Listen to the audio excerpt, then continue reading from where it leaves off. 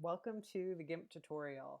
I'm going to be very honest, I learned how to use GIMP about yesterday, so if you want a more polished GIMP tutorial, they exist on YouTube, go find one. If you're here for the mess, I'm ready to be messy, okay? Sometimes learning from someone who's a novice and is maybe having the same questions and difficulties that you um, can be useful, but again, there's better tutorials out there if you would prefer a more direct maybe approach.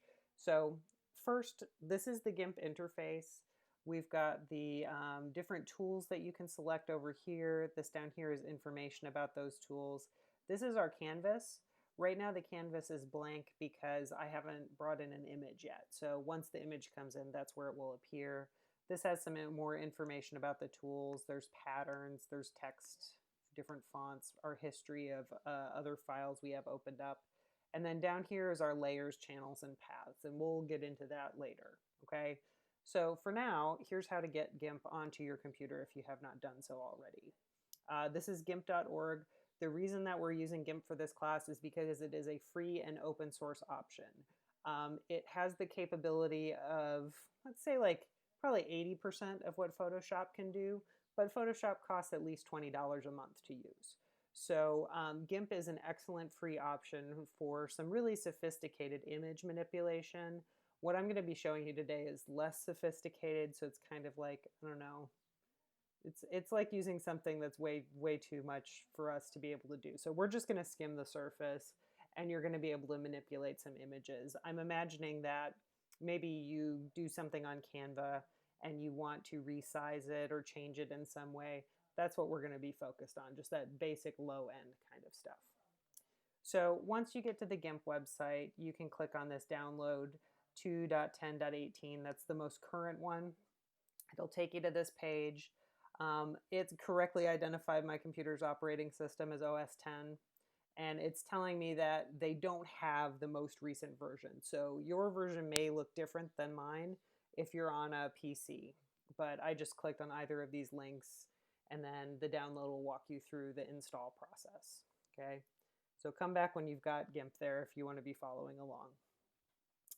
All right, the first thing to do is to get an image imported. So I'm going to go to File, and I'm going to say Open. And I've got some different options here. I'm going to just go to Recently Used. And I'm going to start with our class's logo. So if I do want to resize this, I can do that very easily. I'll go over to Image, and I'll do Scale Image. Okay, you don't want to do canvas size, I don't think. That does something different than what you want. You want this one under Image that says Scale Image. And so right now it's 500 by 500 pixels. If you don't think in pixels, you can change it to percents, which is definitely an easier way to deal with it, or they have many other distances in there. So width is first and then height. These two are locked together. So if I change the width to 90% and then navigate away from there, it'll auto update, and then it also tells me how many pixels are there. So that's how you can rescale an image. Since Canva won't let you do that natively without paying for it, you can just import it into here and rescale it, and that'll be great. Okay, so I'm not going to keep that transformation though. I'm going to let that go. While we're here playing around with some things, let's try to rotate our image. So to do that, we go down to Image Transform. We can flip vertical or horizontal, so like that, right? We can also go to Image Transform and rotate. So if you've downloaded an image or brought in an image from your camera and it's not the correct orientation, you can just quickly rotate those images. Although, again, there are probably easier ways to do that than downloading GIMP, but here we are. We're going to make it work. Okay, so those are some basic ways to do that. You can also crop images, and this is the first time we're going to be going to the Tools menu. Some of the ones you're going to want to pay attention to, this is the Move tool. When you hover over any of these, they'll pop up with a description of what they are, which is really nice. And then you'll notice a letter or two at the end. This one's M, so that's the shortcut. If I want the Move tool, I can just press M instead of clicking on it, and you can see it becomes highlighted. And that's what allows me to move it around. on the canvas. So if I'm wanting to adjust something, that's the move tool. I'm hitting Command Z to go backwards. That's always the default undo. I'm sure there are other ways to do it as well, but that's what I'm doing. I think this is probably, yeah, you can access the undo history. So if you want to see and go back faster than I did by paging one by one through those, you could just go back to the beginning. And it keeps, I don't know how many steps, probably 50 at least, I would guess. But that can be really helpful if you've gone down a path and then you realize, oh, I really messed some stuff up bad. This isn't what I want to do at all. You can go into that undo history right here and then just go back to wherever you started making mistakes and stop. Okay, so that's one that's really important, the move tool. This one is the crop tool, and cropping images is super useful. So what you're going to do to crop an image is you're just going to select the portion that you want to maintain. So maybe I just want the word tech down here. Okay, and so I'm going to pull that in. I don't like that this little white bit is in here as well. Oh, let me see how I do that. So I can go to one of these corner squares and adjust it from the corner. And you'll notice there's rectangles on the sides as well. If I just want to adjust one dimension, I can do that. It turns yellow and it moves around. Okay, so now that I'm happy with my selection, I'm not yet, but if I was, now I am. Now what I'm going to do is hit either enter or return depending on which one exists just above your shift key. So you're going to hit that, and then that cuts down everything out of the picture except for that thing. Okay? Cropping is something that can be really helpful. Not in this case, that's not really what I wanted to do, but I wanted to have it in there for you. So let's look at the selection tools now. And there are, I think, 6 or 7 different select tools. And the basic one is the rectangle select. So if you just want to get a part of it, you can definitely do that.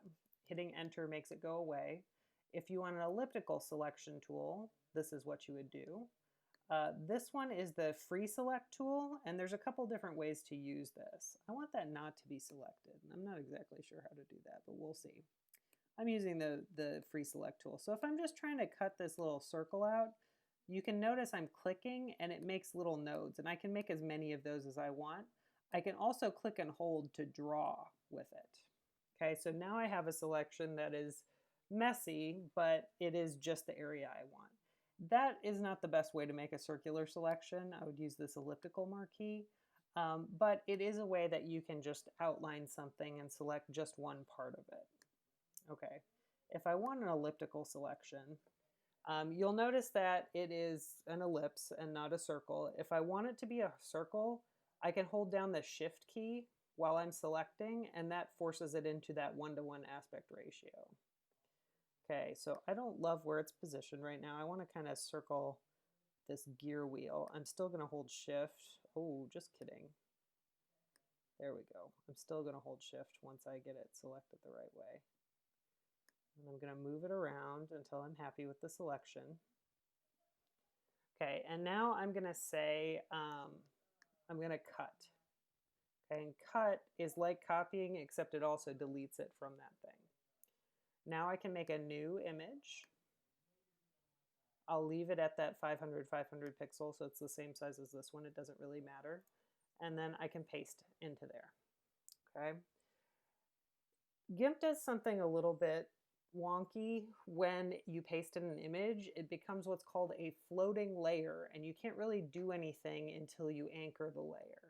So you'll notice that if I click on here, I've got that little anchor symbol. I think that makes it anchor to the background. Let's see. Yes. So that anchors the selection to one of the existing layers. If you want that layer that's floating right now, and I can see it says floating down here and it is in italics, if you want that floating layer to be its own layer, you can right click or control click on a Mac and you get a bunch of options. This one that says to new layer means it will anchor it to a new layer. Layers are really an important and powerful feature in graphics editors. It allows you to do kind of neat things with gaps and spaces and stacking things on top of each other. So like, let's go back to this example over here. I just happen to have created a copy of Grace Hopper's disembodied head for something else I was doing. And so let's go back and get in Grace Hopper's disembodied head. Okay, it tells me a bunch of stuff. I don't really know what any of this means, so I'm just going to say convert. Let's do that. So here we've got Grace Hopper's disembodied head. And let's say I want her to show up in this gap in here. I'm going to go over here. I'm going to make sure everything's selected. It looks like it is. And then I'm going to hit Command C for copy. I can also go up to here and say copy from there as well. And then I'm going to go over here and hit paste. Oh my gosh, her head is so big. Okay, so you'll notice down here, this is at 100%. Grace Hopper's head is gigantic, and we're viewing it at 33% here. So I need to resize it if I don't want it to take over the whole image. So on this one, I'm going to undo, Command Z or Control Z. And then on this one, I'm going to resize my image. Okay, and to do that again, I'm going to go to Scale Image. And I remember that initial one was like 500. So what does 300 look like here? Let's see what that looks like. Okay, I'm going to click Scale.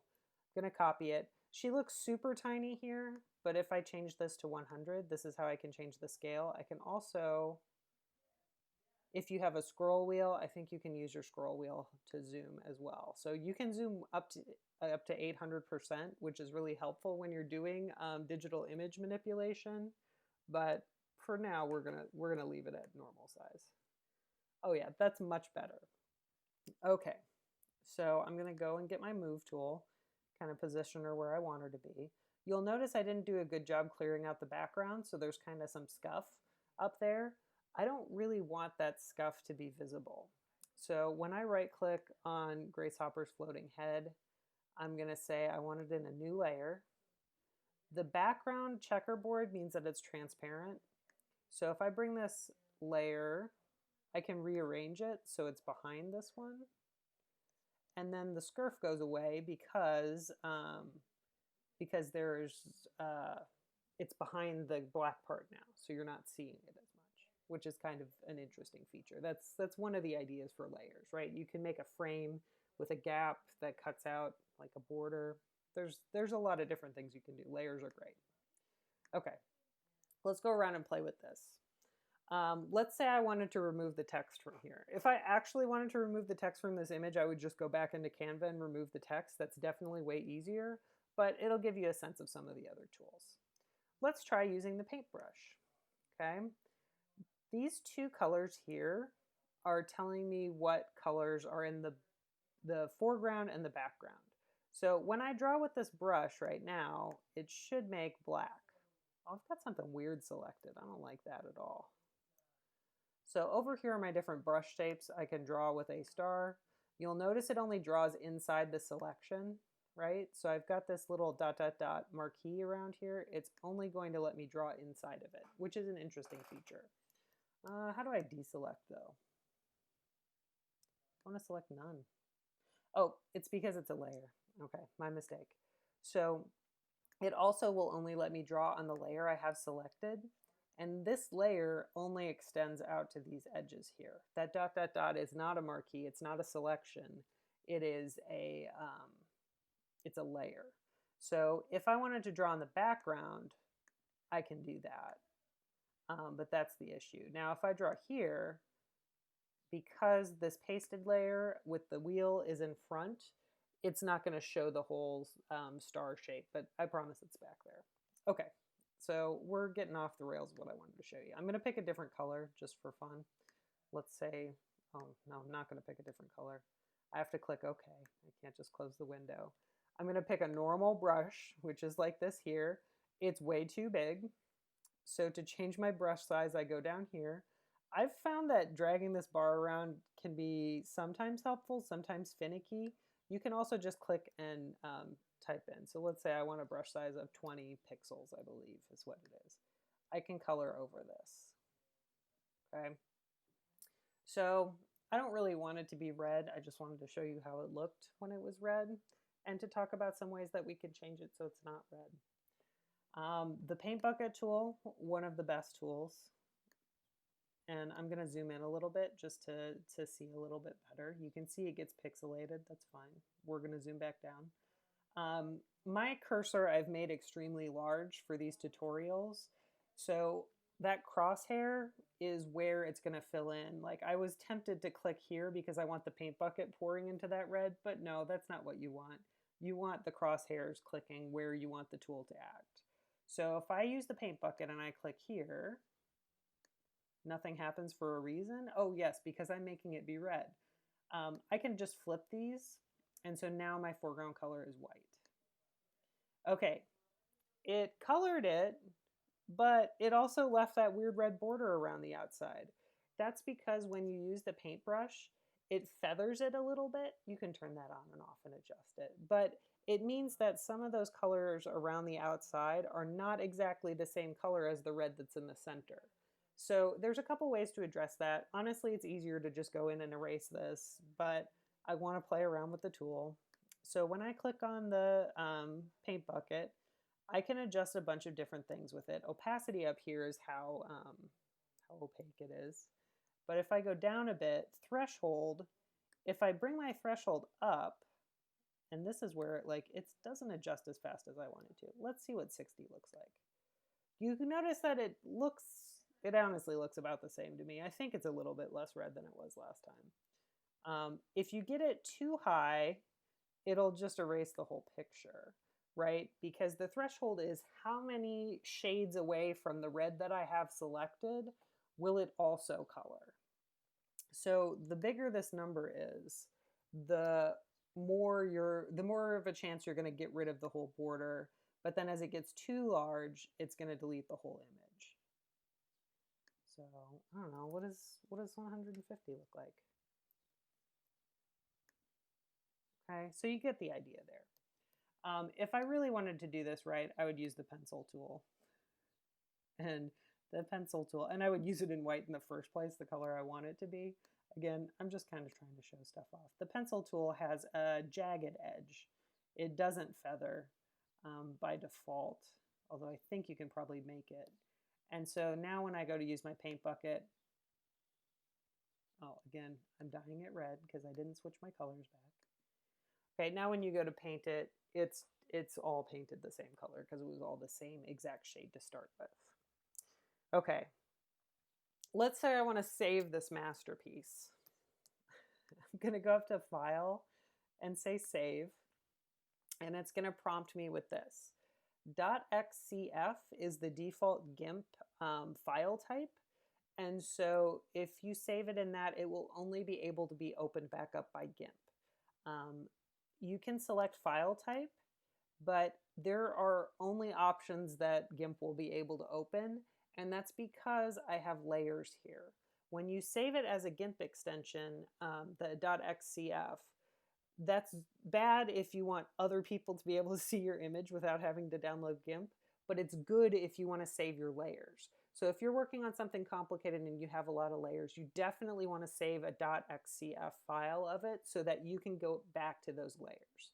So we'll just call this one test, and I'm going to put it on the desktop so I delete it. Good.